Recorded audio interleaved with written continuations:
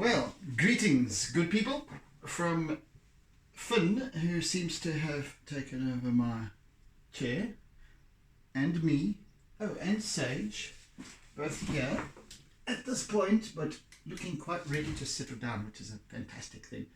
All sort of sleepy. Yay for me.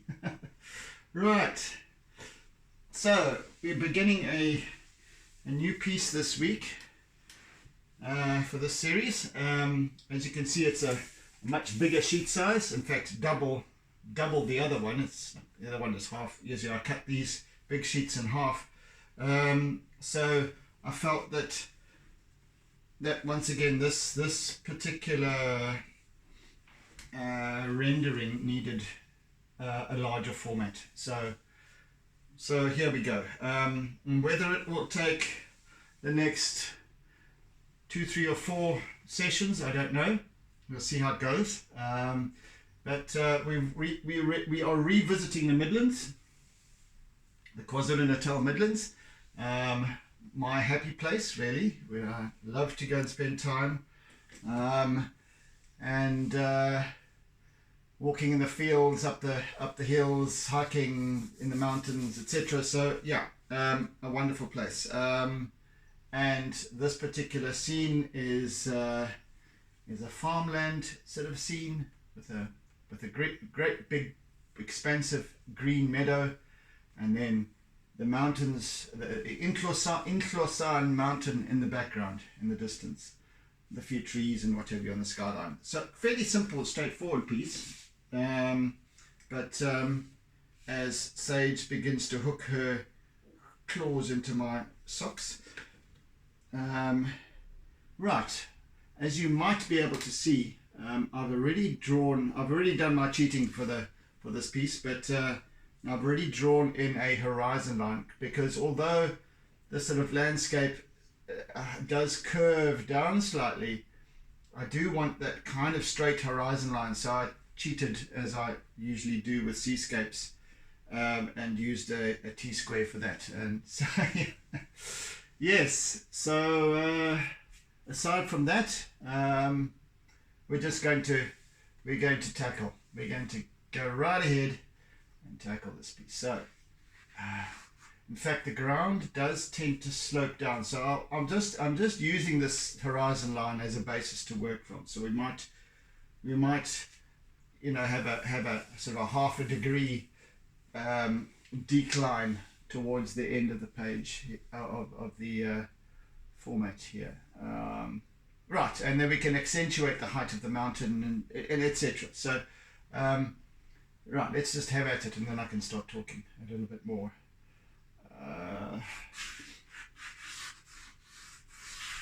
So what we have here is this wonderful lush green field or meadow that is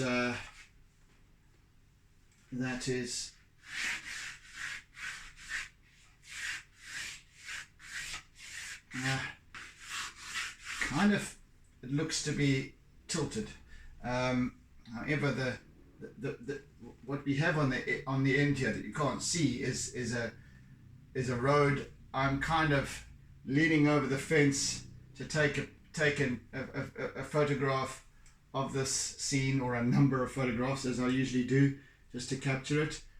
So we've got this belt here running around the edges, which is much lighter.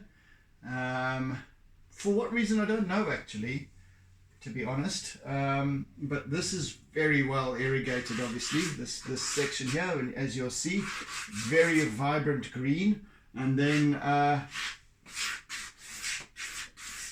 let's just get this going, let's get the angles going, etc. And then it's obviously this particular type of grass that is meant for feeding cattle, grazing cattle, and just going to use a thicker piece here.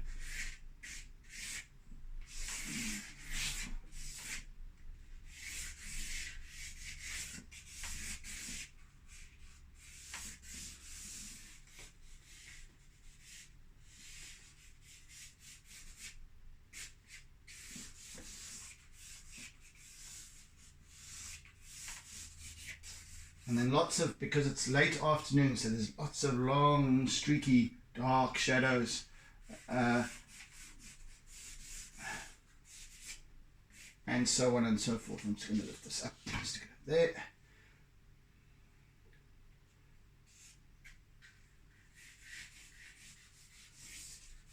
Just get the basic composition going here so far. And it is a very basic composition actually.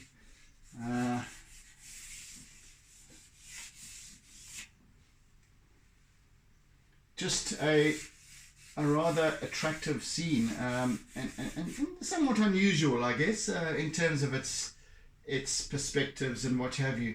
Yeah, so we've got this lush green here, and then we've got this yellowy, ochre strip around the side here, this sort of wedge up here and wedge down here, and then a tree line up here, quite dark against the because that tree line is now facing almost perpendicular to the sun, as are the mountains in the distance. So you're catching that, they just catch the light on the very end.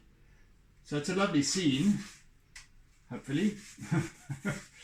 Hopefully I can do it justice. And this, I have depicted this area, this location. I've depicted it once before now with the dead, not dead, but wintery, leafless, weeping wattles. And that was a good, maybe a couple of months ago now. I don't know. I lose track of time sometimes.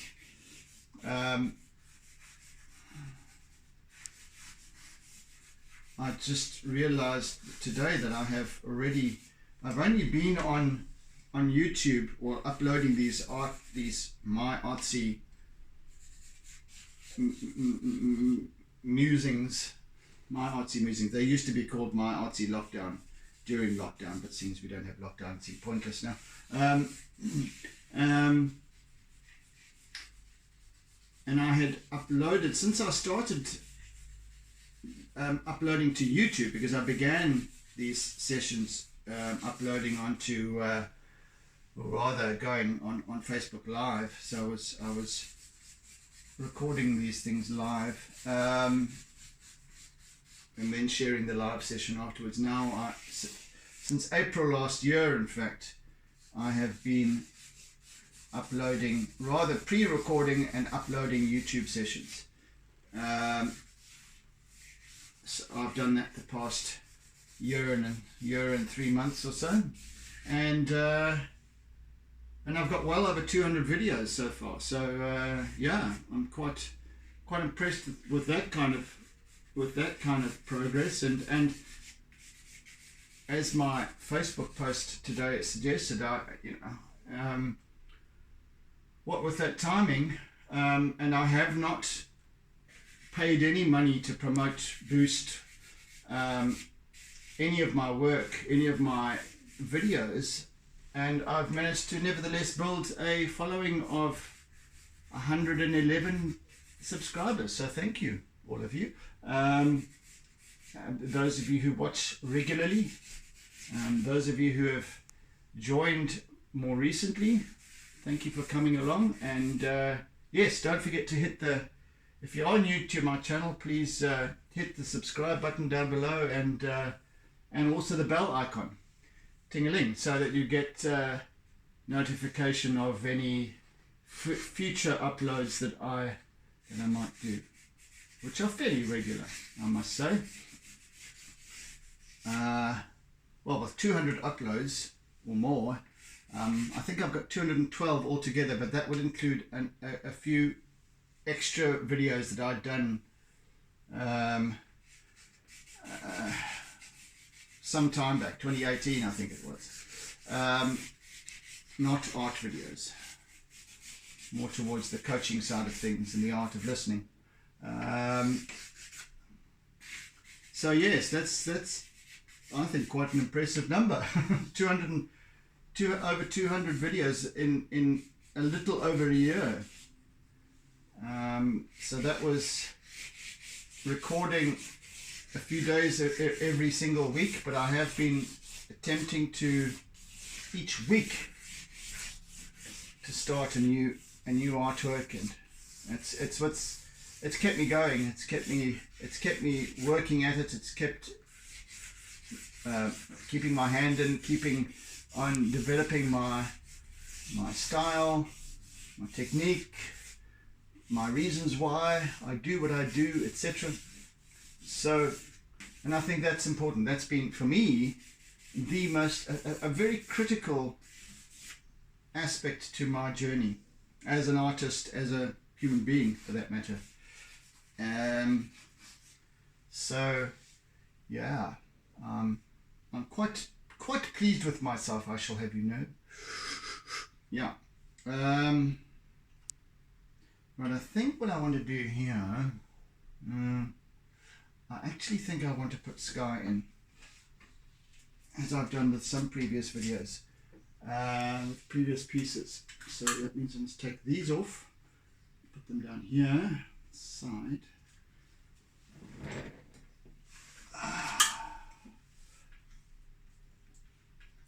Alright, now I can use my blue, predominantly the pale blue, and just start to, well, let me take the wrapper off this one properly, and just start to work up this sky.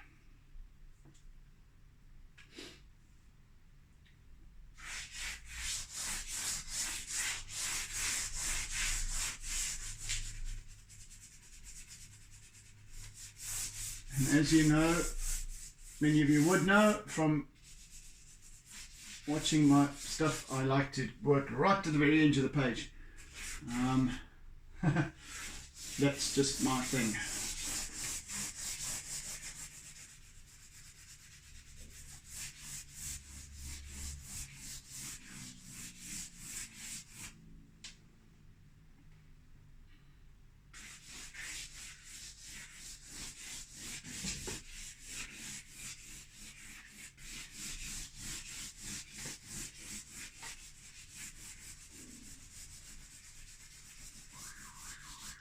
Oh, there's my happy neighbours with their alarm that keeps on going off. Always has, always will. They never get it fixed properly. It just goes on and on and on. They never get it fixed. And I've bitched and moaned enough about it during my sessions, so I'll leave it there.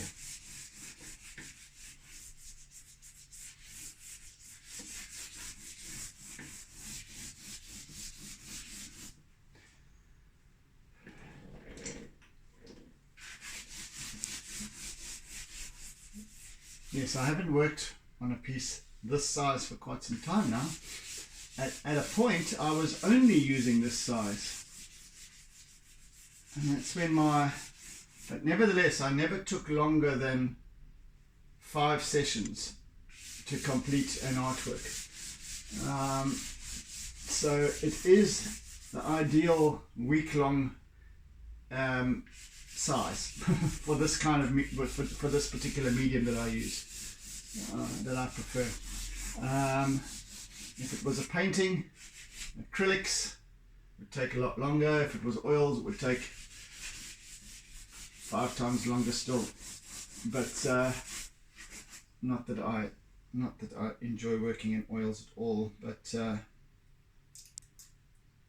perhaps one day I'll change. Just as much as I didn't used to enjoy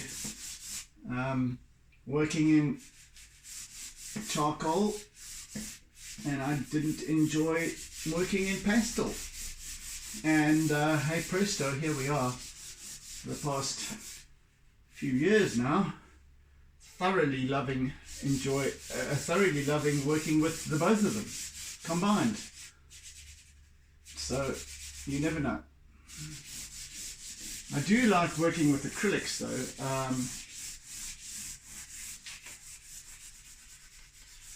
It's just that obviously the time factor and of course the expense of it. Same with oils. In fact, even more so with oils. It is expensive.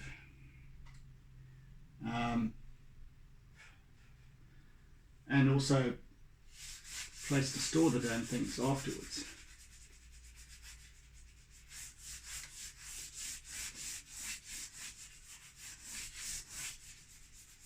So we are busy working with an African sky, and even though it's a winter's African sky, it does have its own particular hues, series of hues of blues, Huey Lewis and the News, nevertheless. Right, let's see if I can peel the wrapper off this one. This is one of these horrible sticky papery wrappers, or as opposed to the plastic ones, and they do not like to come off at all. These horrible things. I don't know why they make them in the same brand. My word. So okay, that'll do for now.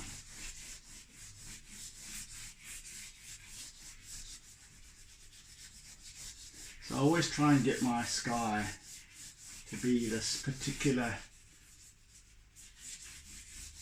meld of pale blue, medium blue or cyan, and then into the lilacs. Now this particular one has got all stuffed up with guck glue, and I hate them. They shouldn't be.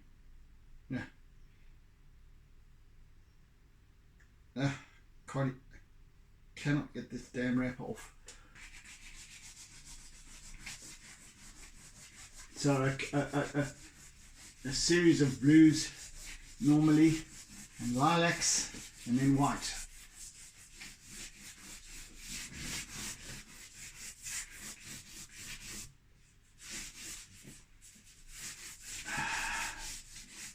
And of course, I like to work in this wonderful curve because to accentuate the spatiality of the sky, the vastness of the sky, the expanse of it, like that bowl, that great big, almost like the curvature of the sky, as much as you would see the curvature of the earth from space. And down here I want to kind of, even though I'm using quite a narrow section of it, I still want to try to accentuate the vastness of it somehow. Usually works. So I like to use this wonderful a large broad arc that kind of starts slightly darker down here, and then tails off on the end there, just as much as the reach of my arm in that arc. Yes, that's my theory, and I am sticking to it. Right, let's try and peel some more, get a new white one going. Don't have any extra pieces here. I think I'm done with that now. Right, so down bottom here we've got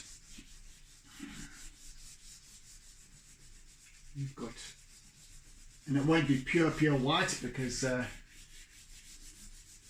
never is going to be, but we've got this wonderful, as we reach closer to the skyline here, we've got right to the horizon line, the white pulls in, and the white just kind of dissipates the color as well.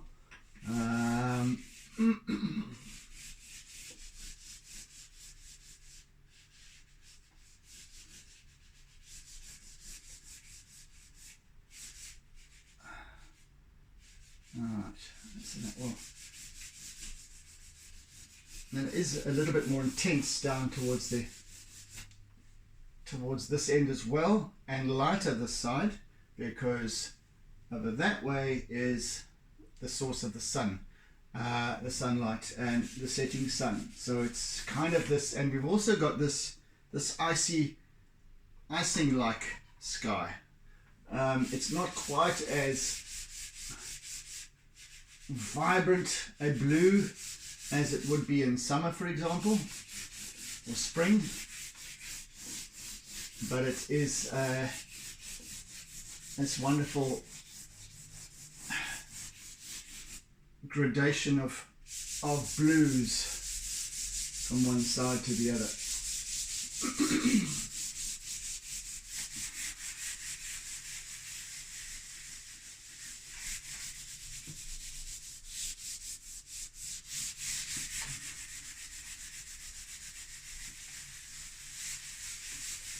So I like to spread it out with my hand rather than using my SpongeBob tool or a brush, because the brush would remove or take away a lot of the pastel rather than spreading it and blending it. So my hand is the best way to do that. I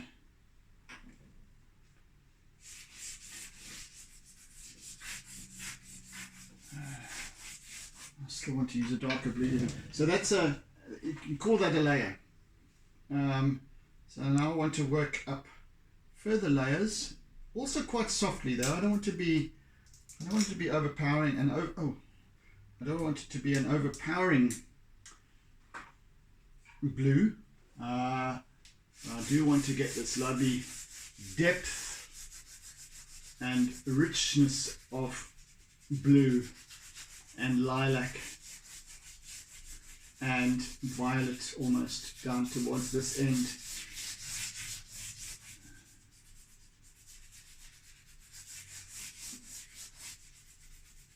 I'm using a kind of an ultramarine here, which I will then further blend.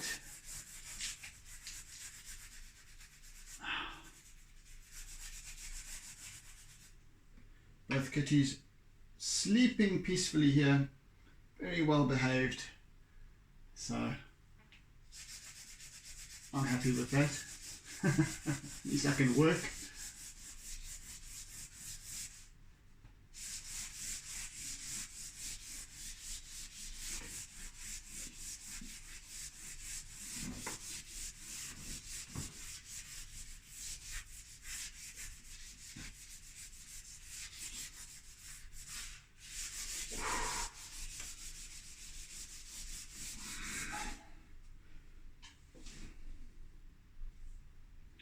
And a wee bit more lilac at the top here.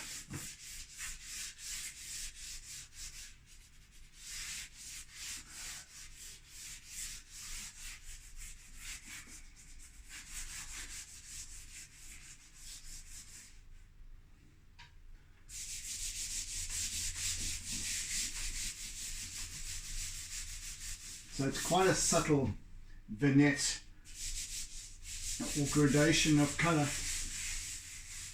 from the darks through to the lights through to the white.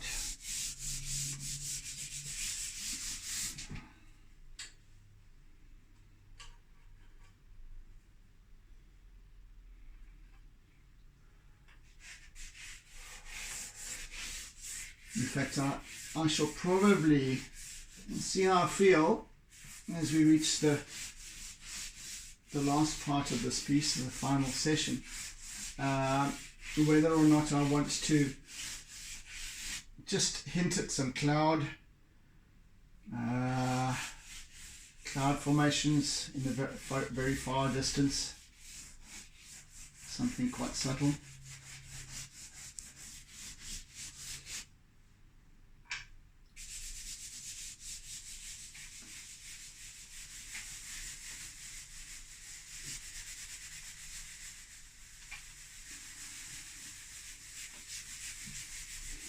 course, the gradation of color will be probably accentuated in your screen view, because I've got a light source. I've got sunlight, well, not direct sunlight, but I've got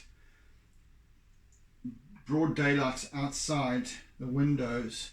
I've also got lamps, so that we've got it slightly darker this side and then lightening up on that side visually here. So yeah, you just have to accommodate for that.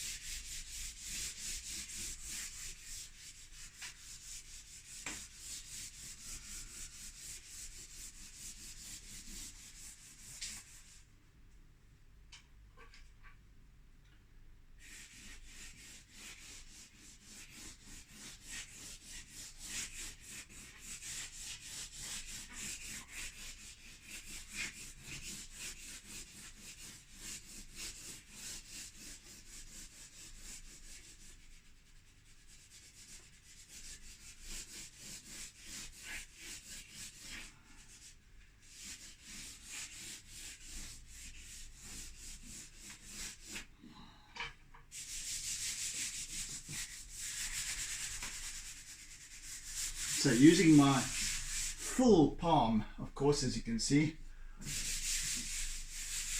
to really get this lovely smooth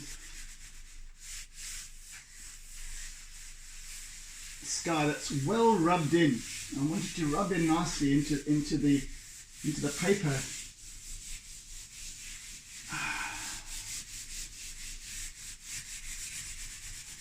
Almost as if it's been painted.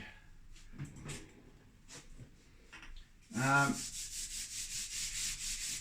I like to do it this way and from the outset, because I found that when I've got other objects, and not that there's a lot, there's only just this little mountain line in the distance, a few trees and what have you, but I like to work with this band with a nice consistent gradation, so that I don't have to be working around shapes, if you know what I'm saying. I like working around things. I like to get this nice and flat and smooth, and then I can work around it, but at least I've got the basis of the sky in place. So I want to do it as fully and as comprehensively as possible. It's quite a workout too. Dust everywhere. Chalk dust! Yeah, so I don't want any of when I say I want it smooth, because sometimes you get this sort of slightly mottled effect due to the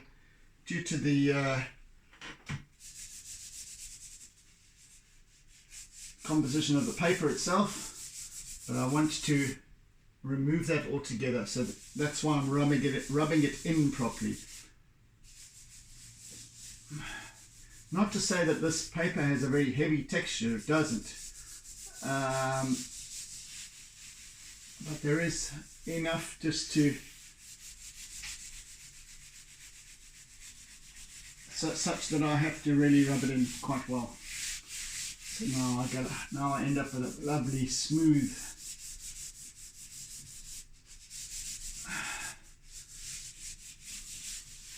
and although I might come back to it at a later stage and add more, I don't know.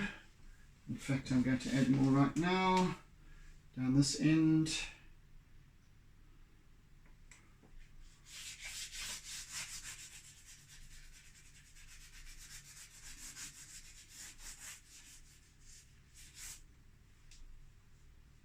It's here as we look towards more towards the south. That's the night coming on. Well, not quite yet, but the sky is deepening in color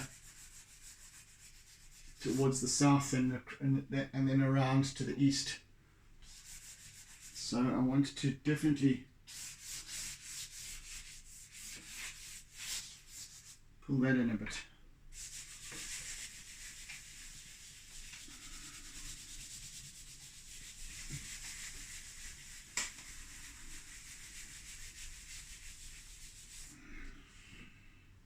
Yes.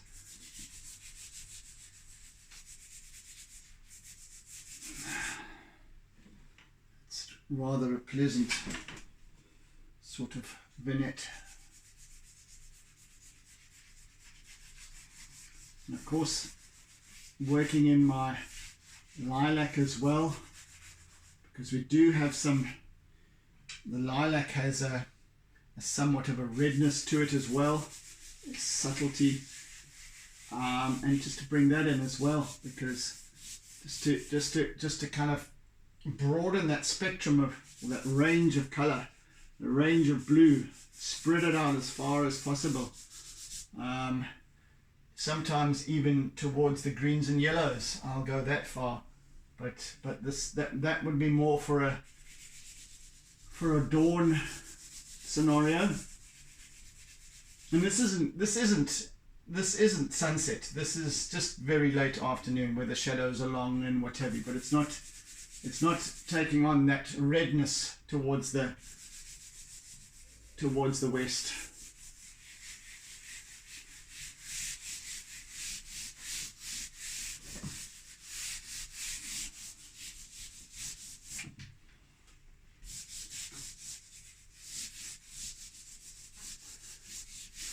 This is certainly going to soak up the fixative. That's for sure. I do go through quite a bit of fixative. And at one point I was using hairspray as fixative. Well, I wouldn't use hairspray for anything else, but I was using hairspray for fixative. Well, non-fragrant hairspray,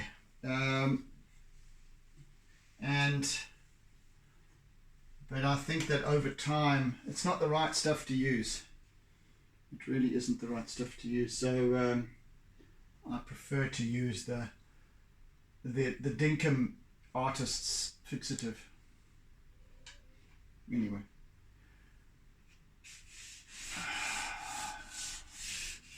It is a preference. I know a great many artists. In fact, it is an artist's hack that I have used prolifically over the years.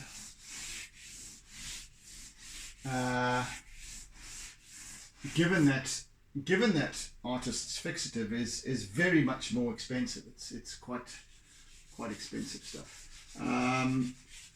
And what we used to use at Tech or college in graphic design, when we used to do illustrative work or whatever the case was, and we had to use fixative, we would instead buy hairspray.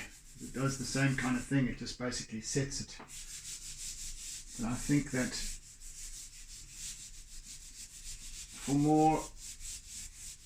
a more professional artist approach, because don't forget, commercial art is a quick fix scenario. It's quickly done, quickly photographed, and then it goes to print. So any illustration that one does,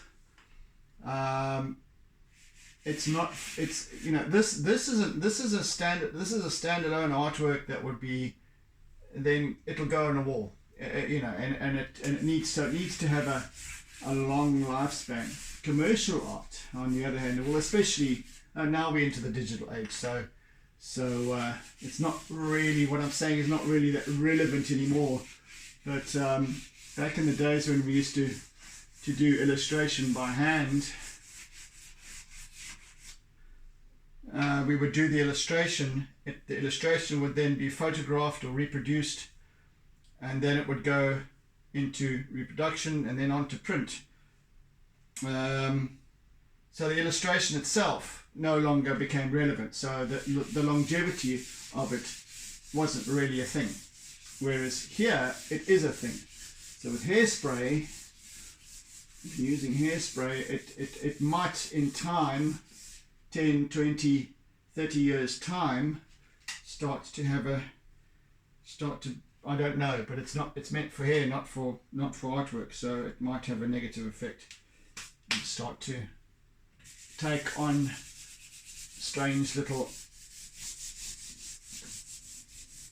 coloration defects, etc. So yeah, I don't use that anymore. I use proper artist's fixative.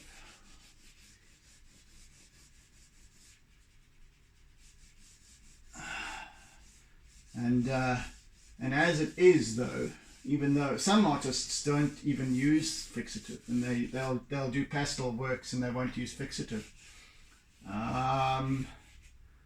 However, you know, you'd still stand the risk of you know, smudging and what have you, even though, and obviously these kind of artworks need to be framed and need to be framed behind glass. So even if I do use a lot of fixative on these pieces, they still can sort of smudge a little bit and what have you, but still it's enough so that it's at least protected for when the framers come along and start putting it in place, etc. That there's no lasting smudges or anything like that possible, so I don't get any comeback. We have to do things properly, you see. Right, that's the sky, and that's taken almost half the session.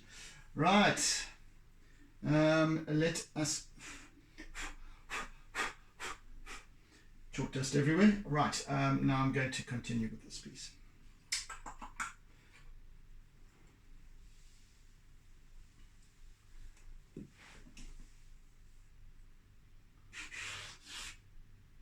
So like I said, there's a subtle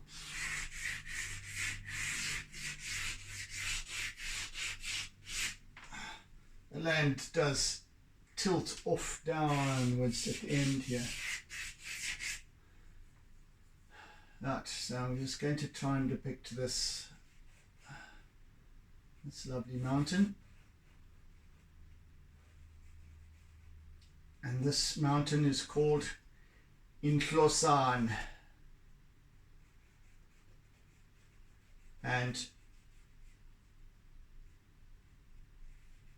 obviously a Zulu word.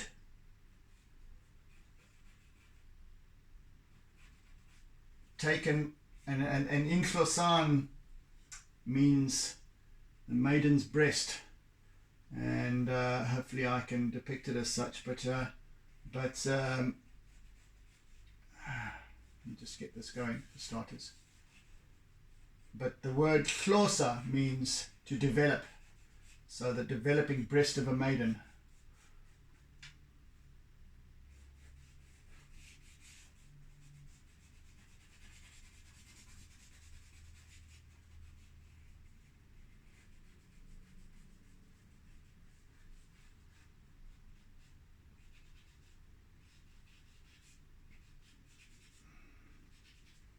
And that's it.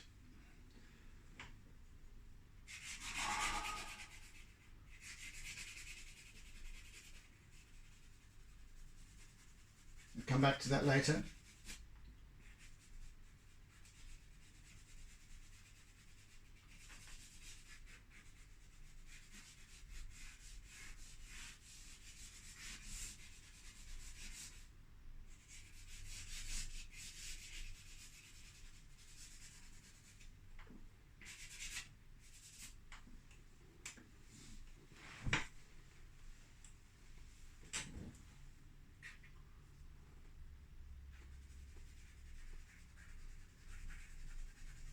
We always make fairly rapid progress in the first session. I'm sure that Many of you have noticed that.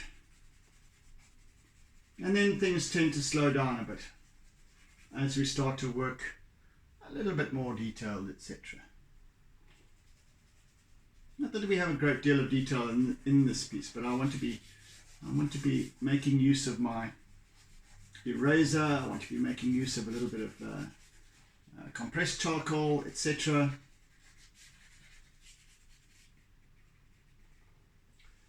So yes.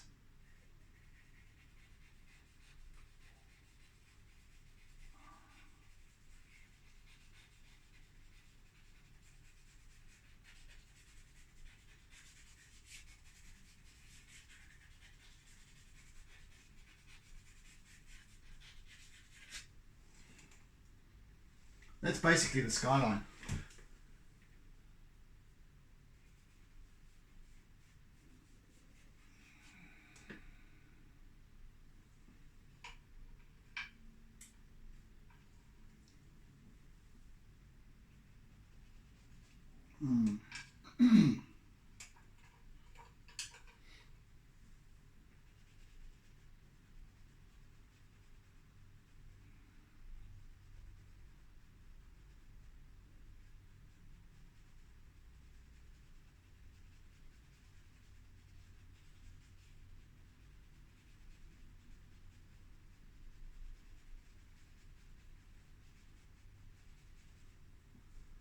And the reason I wanted to also use this larger format is that is because it's a very simple sort of piece, almost minimalistic. There's an essence of techniquing that I want to employ here to the slightly larger format. That will give it that little subtle edge of interest and detail and what have you. My little, even though having said that, my little A5 sketch is sufficient as a little mini artwork in and of itself. For this larger piece, it's more expansive. I can work more expansively. I can put more of my energy into it, etc. Just work on a little bit of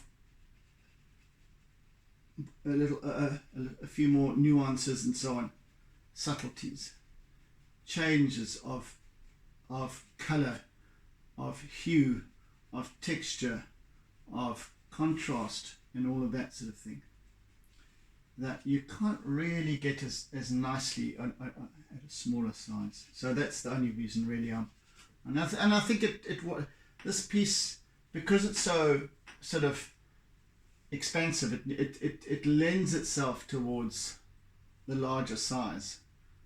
So at least the mountain won't be tiny in the background. So yeah, that's what's going on with this piece.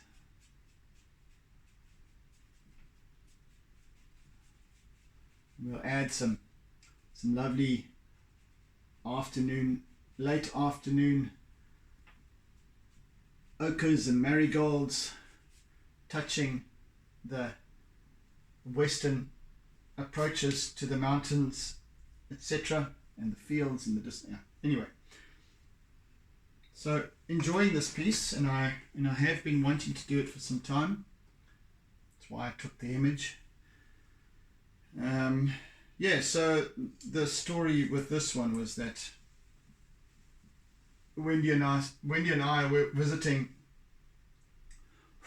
friends of mine who live just in here actually at Oak Tree Cottage, Barry and Rose, and Wendy and I had chosen to take a walk through the neighbouring farmlands.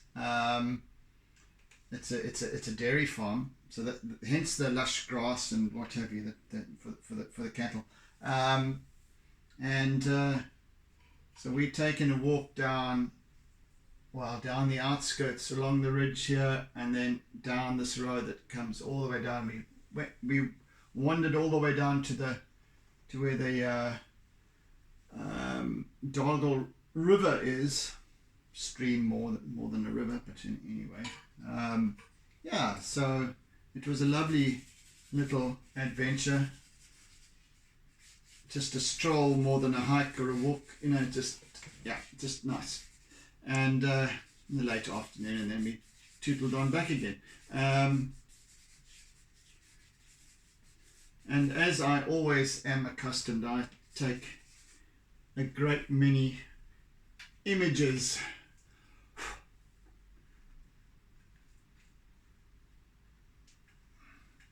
200 images or something like that, and I'll only use a handful as reference to create then my little reference drawing from, which I've become much more accustomed to doing of late. And so I would, rather than use working straight from a photographic reference, I now work from a small A5 sized sketch pad and sketch out the reference in terms of composition, color, etc. On that.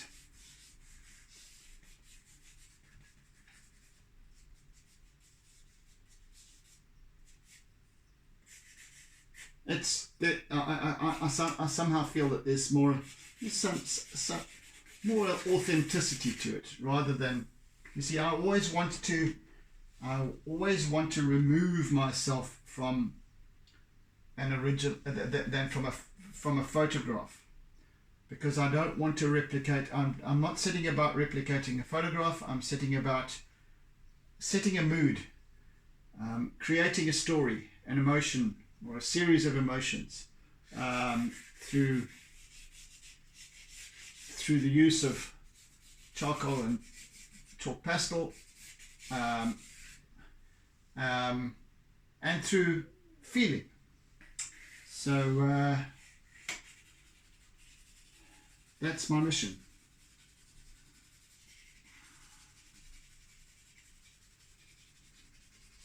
As we reach the foreground here, we're going to be starting to depict more and more of the grass, etc. You'll start to see individual blades, hopefully, blades of grass. So our eye travels from the very far distance to the near foreground, at your feet.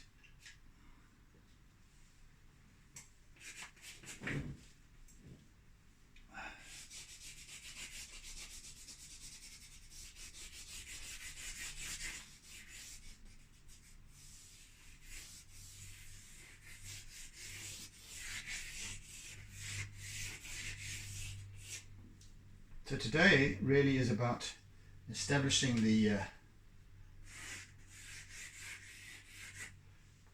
composition, how it looks, how it feels, the sky, and some of the texture of the landscape as well.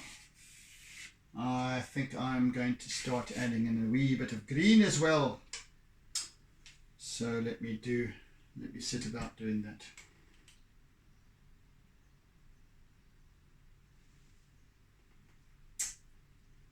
Peel this wrapper. Oh, man, come on. Really?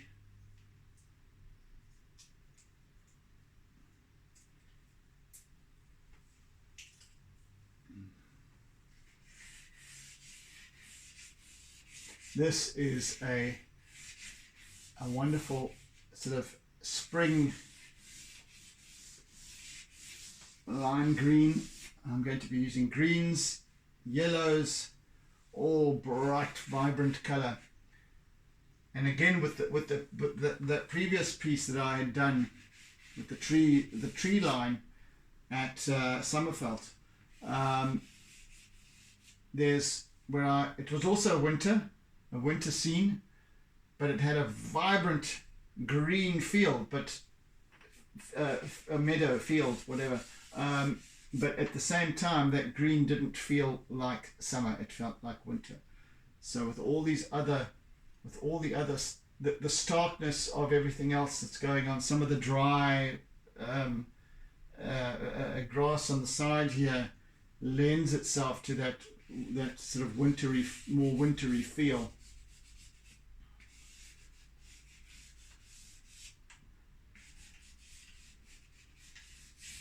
And we're going to work up the greens in this field quite extensively as we go. Let me bring in this sort of nice lime yellow. And this green as well, sorry. And more.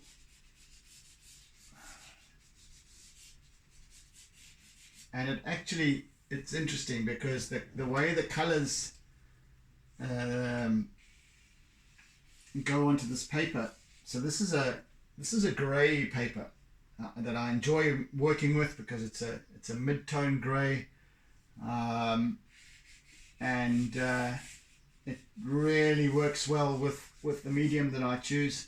And but the colours, so that my little sketch pad is white, that I use to create my reference image on, and the colours are different. And actually, looking at this now, the colours, as I'm using this green here, it's different. It's much more vibrant than it is on my little reference image, which is brilliant. Just the effect that I wanted to create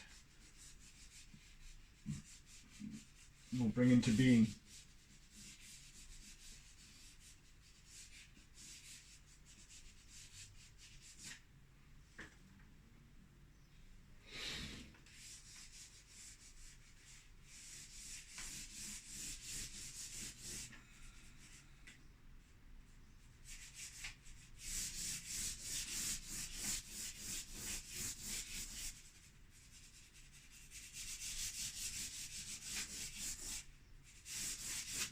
Now with this colouring of this meadow here, I shan't be working it in as well as I did with my with the sky, because this is more about creating texture. What I will use to blend with is my eraser, and you'll see that perhaps during the next session as I start to work with that.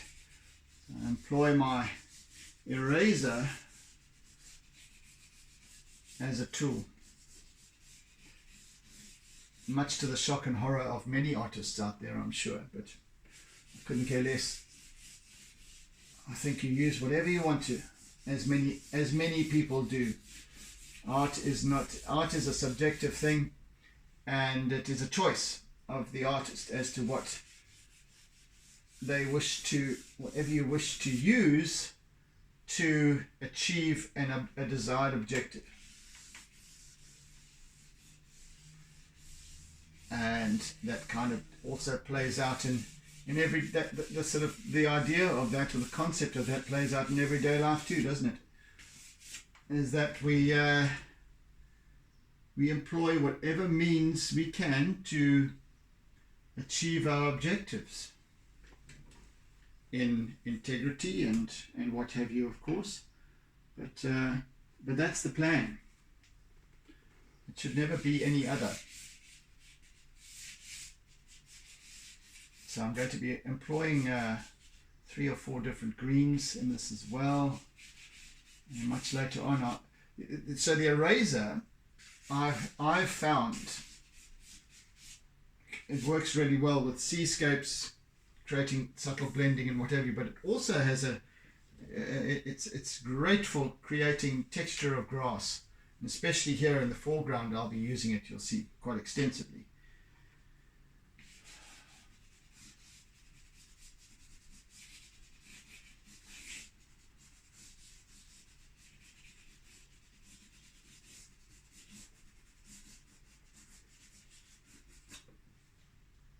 So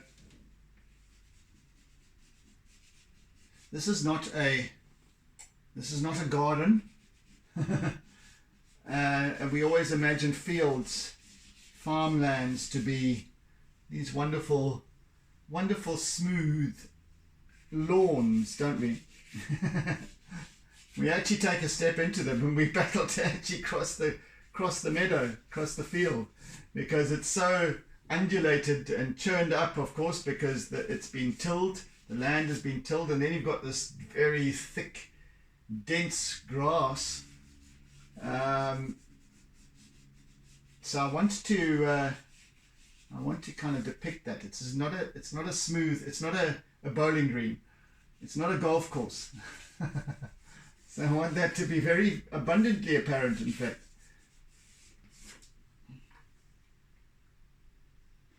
Where is that yellow? Am I running out of that yellow? That particular bright yellow that I love so much. No, there's one. I don't have much left.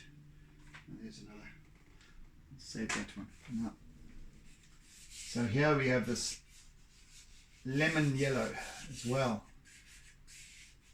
which I want to bring in. I'm waiting for time. Oh, just a few minutes left.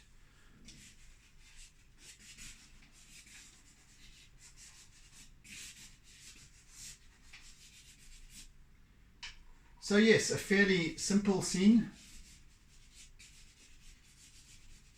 almost to the point of being stylized, but it's not. Just wonderful, expansive farmlands in the late afternoon. I would like for that easy, lazy, Sunday afternoon vibe to be instilled, if at all possible. That's the plan, Stan.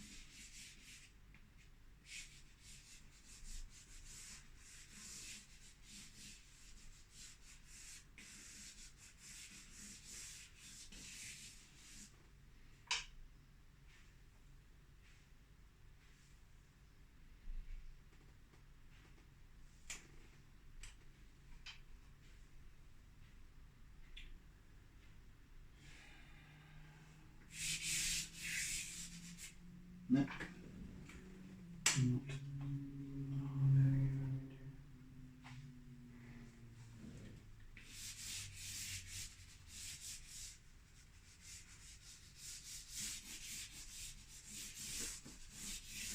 So tomorrow I'll start working on the yellows and ochres around the side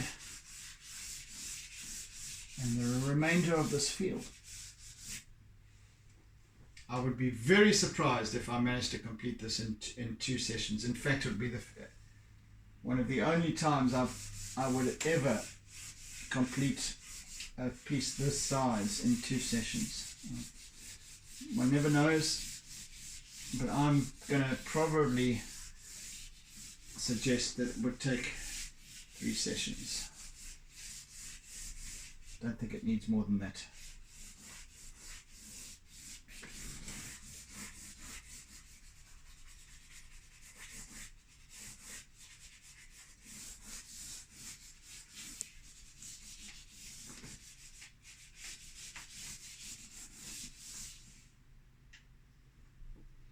Time is nearly up.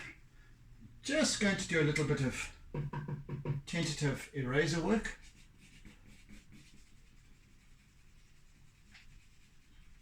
Yeah, it definitely really is going to work very well with this piece. Especially once I've brought in my compressed charcoal in these darker streaks and so on. Just creates a nice, lovely blending alternative.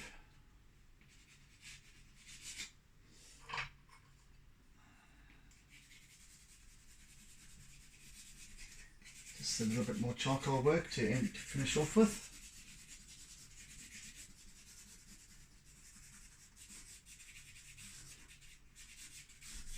So with my eraser now, I'll work crosswise to that, flecking out the contrast.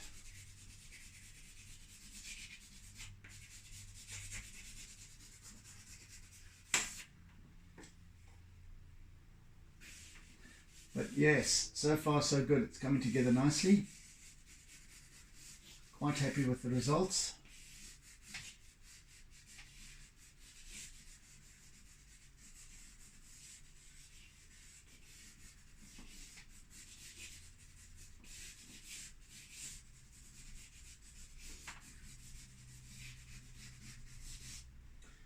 Right, I think I'm going to down tools.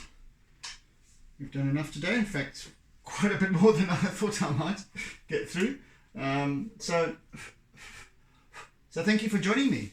Thank you for sharing. Thank you for caring, etc. So yeah, hope you are enjoying the process together with me so far, and for bearing with me and my mental meanderings, as I call them. So yes. Be gentle, be caring, be loving, be etc. etc. Can't even remember it myself now. Anyway, oodles and noodles of toodles, and see you again next time. Do take care. Have a fantastically wonderful day ahead, and do tune in again on the morrow for the next session as I continue with this piece. As I said, not sure if I'll complete tomorrow. I doubt it. I don't think I will intentionally, but at least it'll be well further along the way. So yeah, anyway, take it easy, folks, and see you again soon. Bye then. And don't forget to doodle.